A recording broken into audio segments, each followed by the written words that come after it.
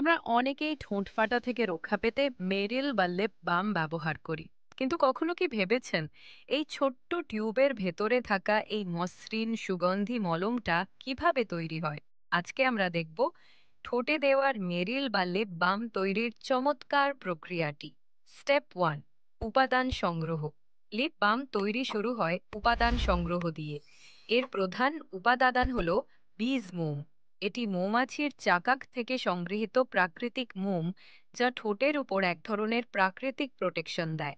এর পাশাপাশি ব্যবহৃত হয় শা বাটার, কোকোনাট অয়েল, ভ্যাসেলিন বা অ্যালোভেরা জেল, যা ঠোঁটকে আর্দ্র রাখে, ময়েশ্চারাইজ করে এবং ফাটা ঠোঁট সারাতে সাহায্য করে। সব উপাদান অবশ্যই ফুড গ্রেড ও স্কিন সেফ হয়। উপাদানগুলোকে নির্দিষ্ট অনুপাতে একটি স্টেইনলেস স্টিল পাত্রে নিয়ে ধীরে ধীরে গরম করা হয়। গরম করার ফলে বীজ মোম ও বাটার গলে তরল হয়ে যায়।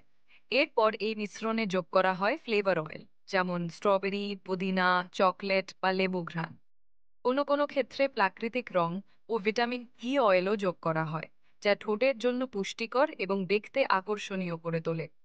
স্টেপ 3, ছাঁচে ঢালা ও ঠান্ডা করা। মিশ্রণটি ভালোভাবে মেশানোর পর তা ছোট ছোট টিউব বা রাউন্ড কন্টেইনারে ঢেলে দেওয়া হয়। এরপর কিছুক্ষণ রেখে ঠান্ডা করা হয়, যাতে এটি জমে গিয়ে শক্ত ও মসৃণ আকার ধারণ করে। এই পুরো প্রক্রিয়ায় পরিচ্ছন্নতা খুব গুরুত্বপূর্ণ, কারণ এটি সরাসরি ঠোঁটে ব্যবহৃত হয়। স্টেপ 4, প্যাকেজিং ও বাজারজাত। লিপ বাম ঠান্ডা হওয়ার পর প্রতিটি ইউনিট সুন্দর করে প্যাক করা হয়। অনেক ব্র্যান্ড তাদের লোগো ও লেবেল সহ প্যাকেজিং করে, যাতে তা গ্রাহকের কাছে আকর্ষণীয় দেখায়। এরপর তা ডিস্ট্রিবিউটরের মাধ্যমে দোকান, ফার্মেসি ও অনলাইন মার্কেটে পাঠানো হয়।